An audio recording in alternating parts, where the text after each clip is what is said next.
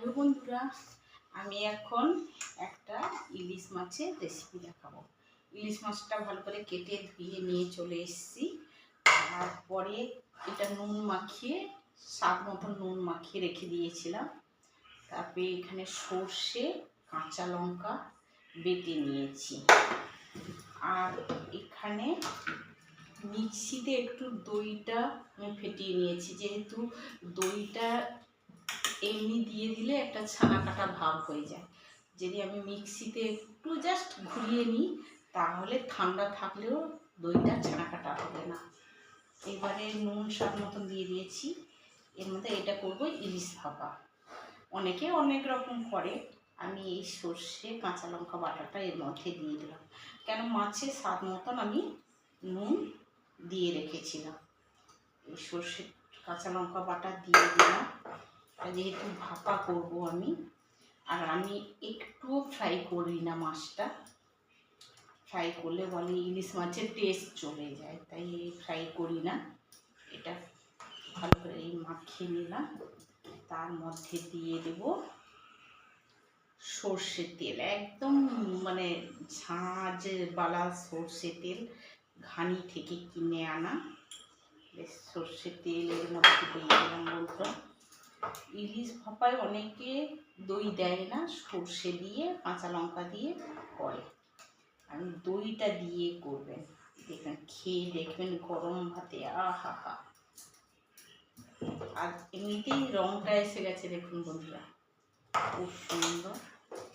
তারপরে দিয়ে দিলাম ওই দইয়ের বাটাটা, কেন ভাপা হলেও একটু তো ঝোল ভাতে মাখানোর জন্য লাগে। আর এর মধ্যে আমি কোনো জল ব্যবহার করব না, যেহেতু দইটা দিয়েছি। আর ইলিশ মাছ তো খুবই তাড়াতাড়ি সেদ্ধ হয়ে যায়, তাই কোনো জল ব্যবহার করব না। জল ব্যবহার করব মানে জাস্ট এইটা একটু ধুয়ে আমি দিয়ে দেব।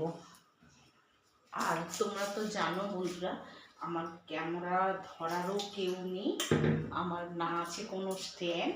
আমি করি এটাকে কোথায় ডাব্বা, কোথায় বিস্কুটের ডাব্বা, কোথায় তেলের ডাব্বা, যার মধ্যে পারি তার মধ্যে রেখে ফোনটা। আর অত আমার ভিডিও করার মতনও ভালো ফোন না, ঘরের এমনি হাতের কাছে যেই ফোন, সেই ফোন থেকে একটা দুটো ভিডিও করি। সবসময় কাজ করলে হবে বন্ধুরা, নিজেরও তো একটা ভালো লাগা বলে কিছু আছে। নিজস্ব যত কাজ থাক না কেন বন্ধুরা, নিজস্ব একটা টাইম বার করা উচিত ভালো লাগার জন্য।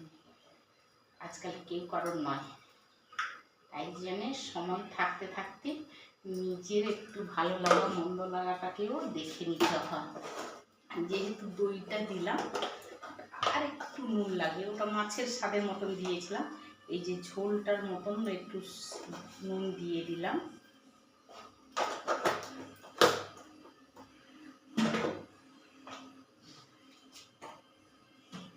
আর 3-4টে কাঁচা লঙ্কা ধুয়ে চিড়ে এর মধ্যে দিয়ে দিলাম। ব্যাস আমার হয়ে গেল দই ভাপা। এই কড়াই অল্প একটুখানি তেল দেব, কড়া বসিয়ে দিয়েছি। কড়াই অল্প তেল দিয়ে একটু আমি 5 ফোড়ন দেব। কেউ কালো জিরে দেয় আর কেউ 5 ফোড়ন দেয়। একটু 5 ফোড়নটা দিয়ে জাস্ট তড়কা দিয়ে দেবো, দিয়ে ঢেলে পুরো চাপা দিয়ে দেবো। 7 মিনিট দেবো স্টিমে। পুরো দই ইলিশ ভাপা একদম রেডি। আর গরম ভাতে দুর্দান্ত টেস্ট করে দেখবেন বন্ধুরা। টাটা।